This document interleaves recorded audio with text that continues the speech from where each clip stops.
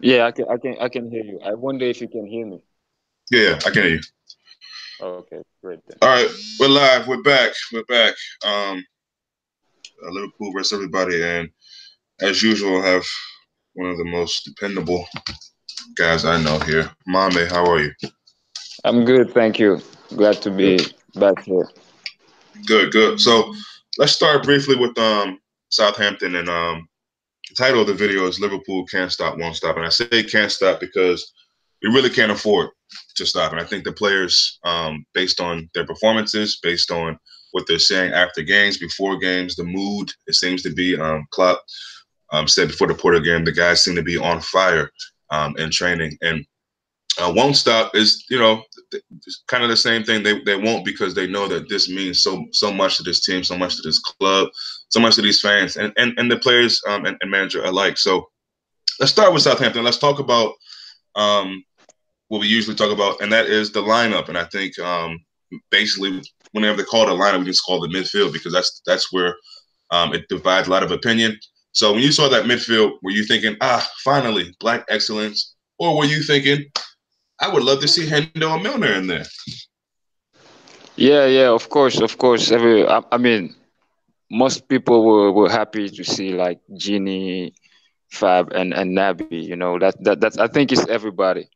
You know, Mm-hmm. and yeah, we knew how it went. We had some trouble, but for me, it was not because of the midfield. It was because Mm-hmm. Southampton intensity.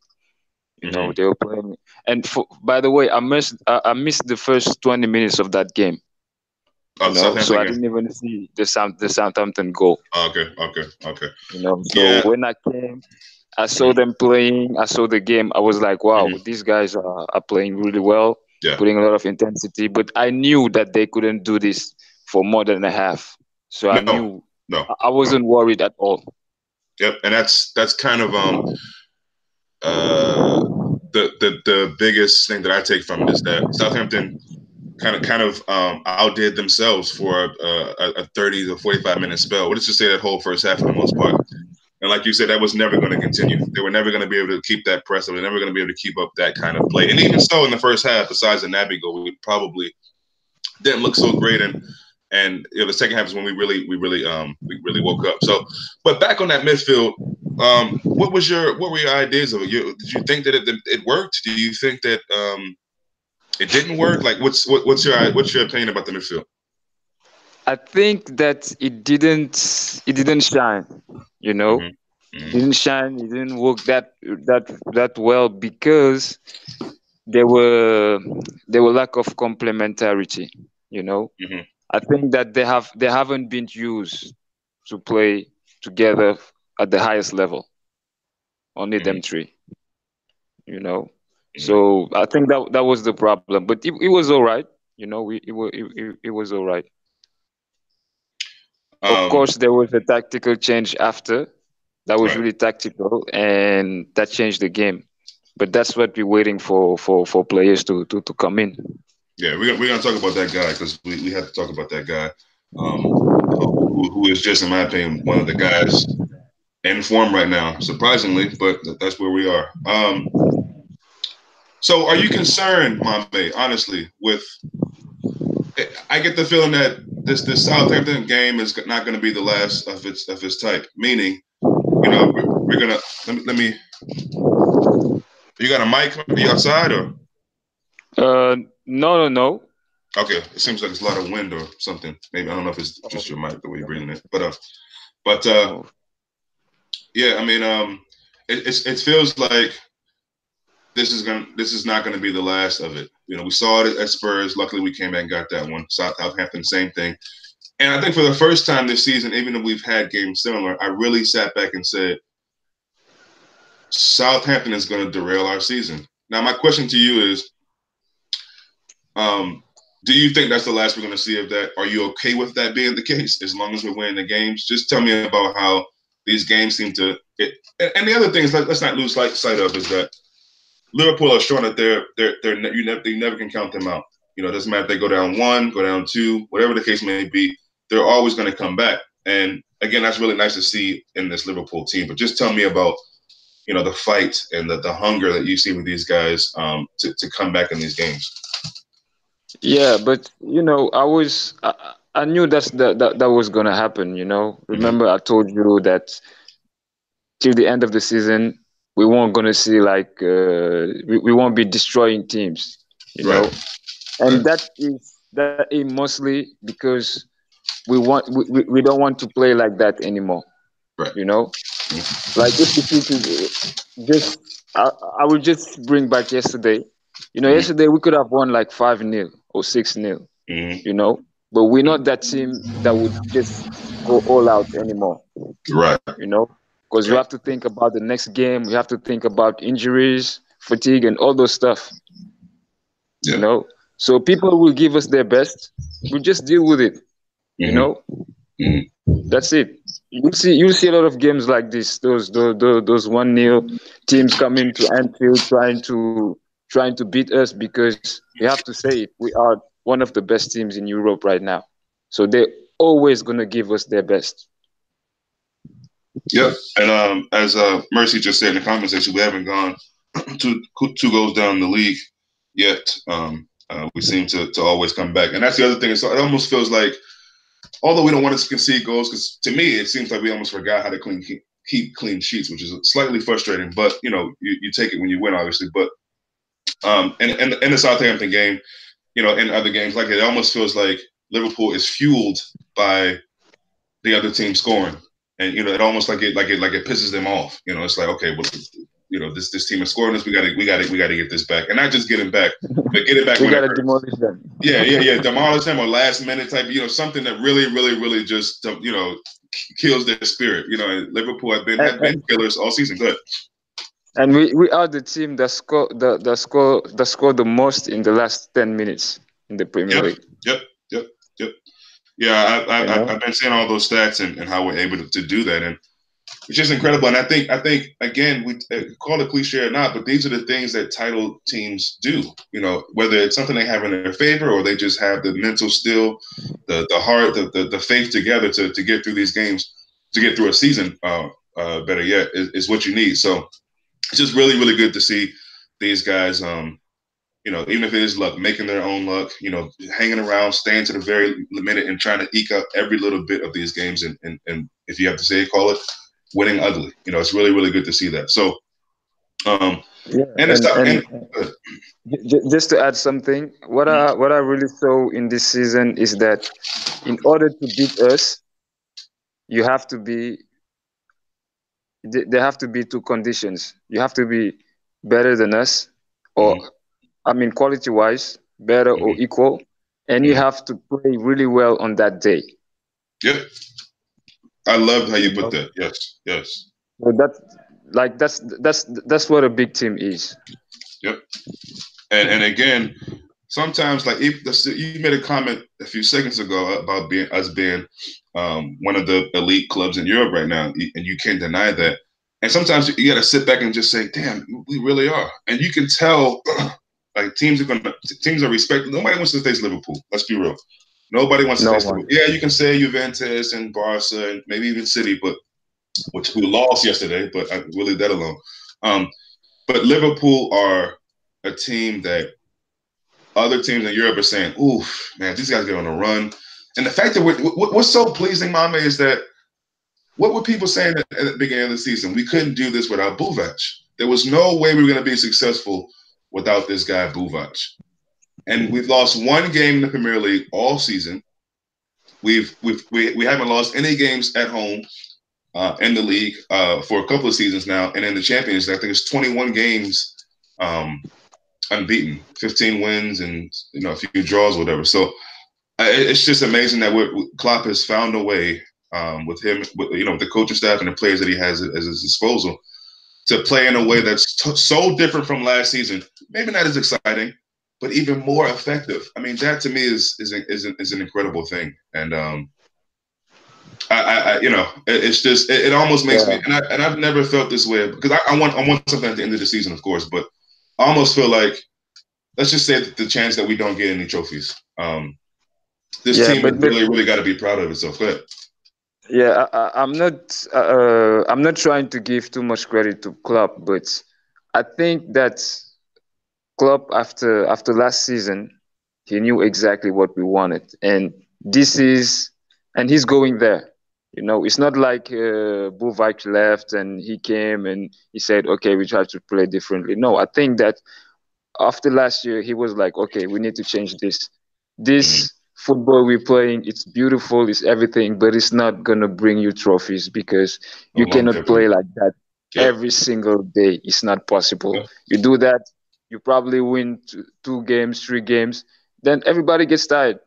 Yep. You know, Yep. you lose the next game or draw 2 or 3 games after. It's not And sustainable. that yeah, it's not sustainable. It's not sustainable at all. At the highest level in the Prem, maybe in the Bundesliga or other leagues, it works, but in the Premier League, it's way too physical. At the Hmm. highest level in the Prem, maybe in the yeah. Yeah. Yeah. So yeah, I think that he got some players he wanted. Hmm. Maybe not all of them, you Hmm. know, but he managed to play a different way, Yeah. and it's still not perfect yet. So the future looks bright. Yeah. As he let's just welcome Jay. What's how you doing, bro? Jay, can you hear me? Jay, maybe his mic's not working. Anyway, Klopp has said it himself. This is still the development. And we're in the middle stage. We're not at the beginning anymore, and we're definitely not at the end. We're at the middle stage, and I think, yeah, like Klopp deserves a lot of credit because he's matured as a coach in the Premier League because he had this idea that he could just do this heavy metal football and tire guys out and injure guys and all that, and that was gonna last. But he's found a way to sustain that and find something that is actually you can actually win with. And I just think that's amazing. So, Yeah, um, and I believe that by the end of the season, those maybe going to semifinals or final if we get there, you're mhm. gonna see that heavy metal football. Yeah, yeah. Well, at that point, you can definitely turn it back on, and also because we haven't done it for so long, that'll still be a slight surprise for some people because they're thinking, okay, Liverpool have changed their ways. They're not going to. So I'm waiting for Klopp to really hit that button again. You've seen moments where the pressing is really, high level, high energy. In the game versus Porto, I don't know if that was the case. Or Porto just kept giving us the ball, but I don't. We'll talk about that. But you've seen little glimpses of it, but it's almost like Klopp is like, nah, I'm pulling it back, I'm pulling it back, I'm pulling it back, Exactly, and to the exactly, final exactly. to the final hurdle, and then I'm just going to blast people. Whether that be Champions League semifinal, final, or whatever the case may be. So I am looking forward to that. Let's try Jay again. Jay, you with us? Can you hear me? No, you can't. You Okay. can. All right, let me. There's some extra noise coming from there. Yeah. So moving on to Porto. Actually, I'm sorry. No, I'm sorry. How in the world did Jordan Hendo end up in the box for that goal to officially seal and all the people who think myself or whoever else on the channel, um, doesn't like Salah, whatever. We're gonna get to Salah as well, so relax. But Hendo, how the hell? Talk to me, my man. Talk to me. You know, a few days ago, I told you that Hendo is the kind of guy that does just what he's asked to do. Mm-hmm. Mm-hmm. And yeah, I think these last 2 games he was asked to be more attacking, more forward. Mm-hmm. And that's what I think. I still Mm-hmm. don't think that he's a special player or something like that, but he's the one. He's the guy that follow instructions. Right. That's it. That's it. I'm not surprised, huh? I'm not surprised at all. So You know. basically, you're saying he was probably slightly frustrated, but because Klopp has put him or try to make him into a six, he's just simply doing his role. But when he plays in an attacking position, you think we get the best out of him. Maybe not the best, but we get Okay. something really good. We get something Okay. really good Okay. because it's really different. Like people in the UK or watching Premier League, Mm-hmm. and like if you watch, like personally, I watch French TV, you Mm-hmm. know, and the way they see Hendo. is really different from the way people in Liverpool or in the UK see Hendo. We're not saying that Okay. he's good. We're not saying that he's good, but he's someone that He's serviceable. He can do a job. sometimes, yeah, he does Yeah, he does yeah, his job, and all the yeah, teams that's need right. that. They need someone, a destroyer, a motivator, all those things, But he's not bad. He's not bad. He's not bad. Sometimes you get frustrated. You say, "Damn, why is he in the team?" Because he always make backward passes or sideways. But when he's asked to do something else, he does it well. Yep. And I mean, I think he talked about it in the post match. I want to say Klopp brought it up as well. They'd had a conversation, and I think it was probably a mutual thing, but I definitely believe that it was something that Henderson um, jumped at the opportunity. He was like, "Oh yeah, I think if I play him more forward, and it's not even about the whole, quote unquote 13, 14 version of Henderson, because even that we won't get because of all his feet issues and over the years. So, but we are getting, I think, a better version of what I think most people, as you say in the UK, think about Henderson. And the idea that him and Milner came on and changed the game is one of those things. It's almost like a sick joke, because you know we collectively, let's be honest, most of us don't really like seeing them in the team together, especially in the midfield. And so to have them come on, almost literally the moment they came on, the game just changed right away, just changed right away. And having Milner in Trent's spot, and then seeing Henderson move a bit forward, was just a masterstroke from Klopp, and he got that right. Which a lot of times with subs and bringing on game changers, he's not always doing that. But that was a really pivotal moment in that game, and yeah, just happy for Henderson. I mean, his celebration told you everything, man. It told you how he felt, and Yeah, he had elite. like three celebrations in one. He had the hands behind the ear, the slide, the fist pump. He was over the moon, man. You could tell it means so much to him. One, knowing that he's a part of that team that did slip up, him missing a lot of those games, and just trying to fight for this team and be the best captain he can be. And I think in that marauding role for him is much better, especially if Fab's in the same midfield, sitting deep. So that was great. Salah, we got to talk about it. That goal, that's a top class goal right there. That's a top class goal. How he took it, where he took it from, the confidence, because hey, he had to have known in his mind, if I don't pass this ball to Firmino, but then I take the shot and miss it, oof, they're gonna come get me. So because that was the goal that really that gave us the win, right? Henderson's goal definitely sealed it, but when Salah scored that goal, you felt like, all right, that's it, we got it, we've done it again, we've come back, we left it late, but we've come back and back at the top of the league. So talk to me about Salah, man. Do you think that's a goal, or did you think that was a goal that was going to catapult him to, now he's back, or were you just happy with the goal, and it's simple as that? Yeah, of course. You have to be happy for the goal, man. That was some special moments right there, and Mm-hmm. I'm really happy for him as well, for him scoring. You could see his reaction, he was oh man, it was just beautiful. And I don't think that Salah was like, okay, do I have to pass this or no? No, Salah just being Salah, go to the goal and shoot. He doesn't care. That's how he is. Mm-hmm. He's naturally a selfish player, you know. But Mm-hmm. sometimes it turns good when it works. When it doesn't work, it's really frustrating, you know. Yeah. And I don't think that he thought about passing the ball. he was only seeing the goal. That's the only thing he was seeing. And I was like, what would happen if he missed that goal? Because that goal changed the game completely. Mm-hmm. If he didn't, I don't. We would probably draw that goal or fight harder to score a third one, Yeah. a second one. Yeah. I mean, You that was just a really timely and important goal, and that's a goal that no matter what happens this season, but especially if we get some silverware, he's gonna be remembered. And Of course. of course. There were so many reasons why he could have, should have, might have missed that, and he didn't. And so no one's going to really think about him not passing the ball or whatever. So yeah, no, just a obviously great team performance, great comeback. Oh yeah, more so a great comeback and way to fight than performance overall. But as you said, we're not going to be blowing teams away, and I'm fine with that. If we have 5 more games in the league like that, but win them, I'll take it. It'll be hard Of in course. the moment watching it, but I'll take it, and I believe that's what will happen.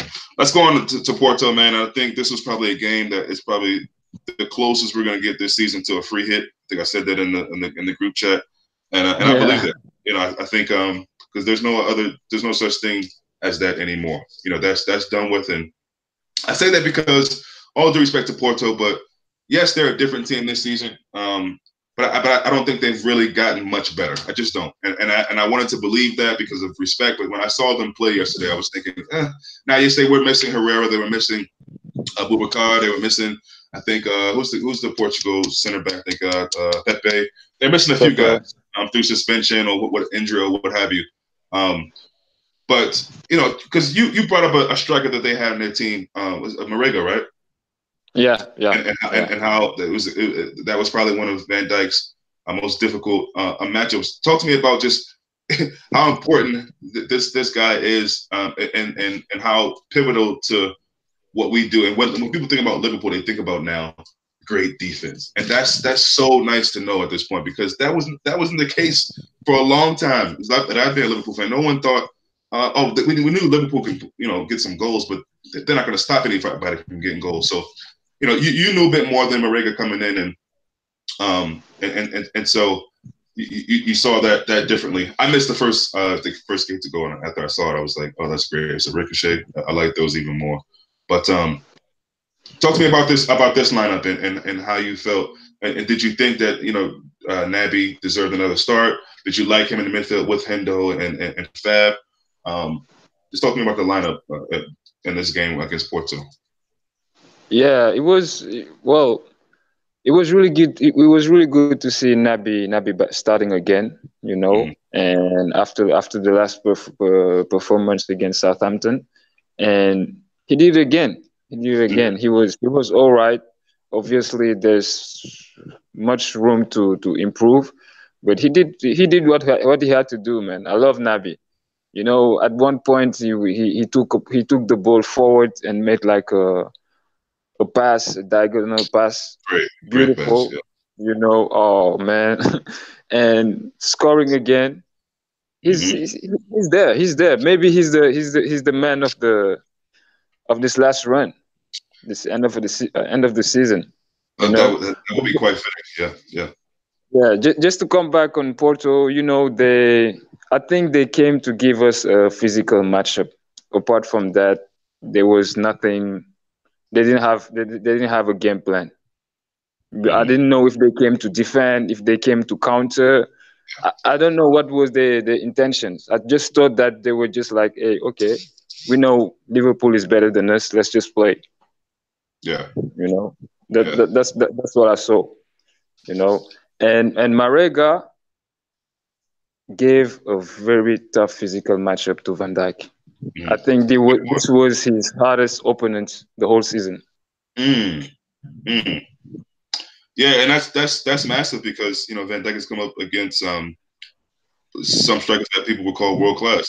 Several of them in the league and in Europe. So that's a serious compliment to Marega, and I think that's really good to hear, man, because it's guys like that you don't really. I mean, obviously, if you're watching these leagues and you're paying attention to these guys, but you don't really get to see them unless it's on this stage for most of us. And so it's nice to see these guys who we don't see all season. Then they come up against us. We see the skills that they have, and that's kind of the sad part because Porto have some good players. Let's not get it twisted. They got some good players, some good technical players, Um, and so I don't know if it was just the injuries or the lack of, as you say, that their manager didn't really have a plan or whatever the case may be, but they definitely have some balls in their squad.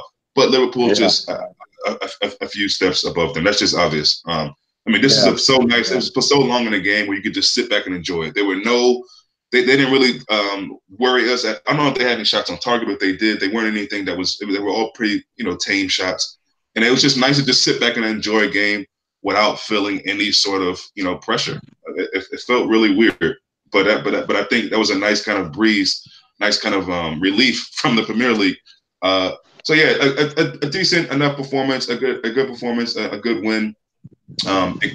It keeps us in winning ways, which is also good going into this big game against Chelsea on Sunday. Let's talk about that if you have time, a few minutes on that. Um, Yeah. in this run, when you really thought about the teams we had left to play, did you think Chelsea was going to be, I don't know, a more difficult team to go against at this point of this season than Spurs? Or what was your thinking on these last games that we had, and what was going to be, quote unquote, the toughest, or who's going to provide us the biggest competition? Yeah, of course, Chelsea, you always hate to play Chelsea, man. Chelsea just frustrating when we play them. You know, they always find a way to nullify us. Mm-hmm. I don't know why. And maybe it's time for us to make a statement and tell them, hey, we are better than you now. There's nothing you can do. Because I think that the Chelsea game, the last Chelsea game in the season we played them, Mm-hmm. in the beginning of the season, I think it came too early. If it came later, we would have beaten them. We would have won that game, Okay, got you. you Yeah. know? Because right now, Chelsea is not the same Chelsea we saw in the beginning of the season because they were playing one way, it was working, and when it stopped working, everything tumbled down. Well, see, that's where I got to stop you because although I see what you're saying, I agree to an extent. I think here lately, over the last few games, Loftus Cheek is in that midfield. Um, of course, I don't know if you've been paying attention to N'Golo Kante lately. His performances, Hazard, of course. So although they might not be that same team, I think maybe, just maybe, this team is starting to really get some of the ways that their manager wants to play. And I've watched back some of these games. They look pretty good. They look pretty good. But I tend to want to agree with what you initially said was this needs to be a performance that says, hey, this just not happening anymore. Like enjoy the fact that you Exactly. got your draw last game. And yes, maybe you should have won that game, but Sturridge got did what he did, and we got through with that. But Liverpool's on a different level now. It's not going to be this. Chelsea's going to ruin our season again. No, that's not happening. So it's up to Liverpool to avoid another slip. That's what it is. It's up to Liverpool to do it. Chelsea, they look good right now. That's all I can say. They look good right now. But I think Liverpool are better, and I think this fire that Klopp says the team looks so fired up in training, things like that. We're only going to see that throughout to the end of the season. And again, Yeah, and to tell you the truth, I was I was more nervous going to the Tottenham game. I don't know, man. I think because it's the most um it's the next game up. I think that's why my nervousness is up because it's easy for me to say no. I feel it more for Chelsea because that's the next game. But I think you're right. The Tottenham game definitely there was a feeling of nervous going into that for sure, for sure. Yeah. But I think both. I think at the time, so we were catching Spurs at a moment where they just weren't looking that great, and you had to wonder if they were even going to make it in the top four. Those bottom three spots are really, really up for grabs. I mean, Arsenal, which is up there now, they're back out of it. It's just, it's a big, big fight for those last spots, and so that's why I think you're going to get the best from. At least Liverpool are the best from Spurs, the best from Chelsea, the best from all those teams Yeah. at Yep. that level. Yep. Yep. So All of whether them. Chelsea's not doing well or not, or whether they're doing well or not, they're going to give us their best game. And I think, like I said, the fact that they have Loftus Cheek playing, and I'm not sure if Hudson-Odoi is starting these days, but it seems like their manager is saying, you know what, let me play my best players instead of players who I feel like maybe the higher ups want me to play. Russ Barkley had to run in that team for long enough, which is still shocking to me. But Loftus Cheek is a much, much better option for them in the midfield, in my opinion. With N'Golo. So look, they got some guys, we know that. But again, as nervous as I am, I expect Liverpool to invite, Chelsea to Anfield and give them a proper spanking. And I don't mean 5-0, but I just mean like on the pitch, a spanking, a beating where Chelsea feels like, oof, all right, this team is for real, and we don't want to come here anytime soon. So, Yeah. I think if we win that game, we will probably win the season. Yeah, I think that's safe to say. I mean, that's what it feels like anyway. I just I can't see Liverpool dropping this. I just can't. I can't, man. And there are going to be so many twists and turns, and we'll have another opening. Meaning, we'll have another opening where points are dropped from another team, and Liverpool are going to have to capitalize. And I think if that happens, that's it. That's it. Now, this run-in is going to be really, really different. It's going to be really interesting, especially what happened with that other team in the Champions League. I didn't notice that until late. I didn't notice that scoreline until late. With Spurs, and I was like, oh, really? Okay. So that's already painting a different picture because how they're doing in the Champions League is definitely going to and vice versa. So I don't know, man. I just got a really, really special feeling about this, and I love that. And it's probably true that City are favorites to win it, whatever. But I love that people still, no matter what, are calling that already, saying, "Oh, City are going to win. The City are going to win. The City are going to win." And that's great. It's quadruple talk and all that, but I got a really special feeling about this team and what we can. People say we butlers, but City can lose everything. Mm-hmm. They can lose the Champions League and they can lose the league too. Because I told you last time, I don't see how City can beat Tottenham 3 times. It's not possible. I hope they will drop points in the league against Tottenham, but I don't see them beating Tottenham 3 times. And I see Tottenham beating them one more time or having a draw. I don't know whether it's gonna be the Champions League or the league. Yep. Nicole says, did you hear that Bobby Firmino has been involved more Champions League goals than anybody else besides CR7? I didn't know that. Oh, I didn't know that. That's great. Yep. So yeah, it was just, that game. Jason said something in the chat, which I mean, obviously slightly exaggeration, but maybe not. Should have been 9-0. So many chances to get goals in that game. Yeah, so many chances. But you don't really complain because it's just like, okay, got the job done. We didn't. Now, if we conceded a goal, it was 2-1. That would be a little bit irritating. But I think obviously we go to them. Last season we beat them at the Stadio Drago, whatever it's called, 5-0. We got 2 of those goals in the game at Anfield this season. Surely we can go there and get the job done. And obviously, if we score just a goal, it's already a bad situation for Porto. So it almost feels like we're through that, and we're just kind of going to sit back and see what's going to happen in the Man United and Barcelona game, which is tonight or no? Yeah, tonight. Yeah, Okay. of course. So I'll definitely be watching that one just to see, because this Champions League has been really crazy, man, and there's been some results that you say, wait, what? So I don't know. I mean, my mind says Barcelona, just to get off of Liverpool for a second. My mind says Barcelona, obviously, but you just never know. What are your thoughts on that match?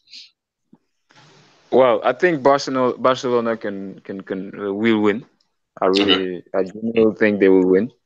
But yeah, this is football, and Champions League's crazy. I think Manchester United has nothing to lose.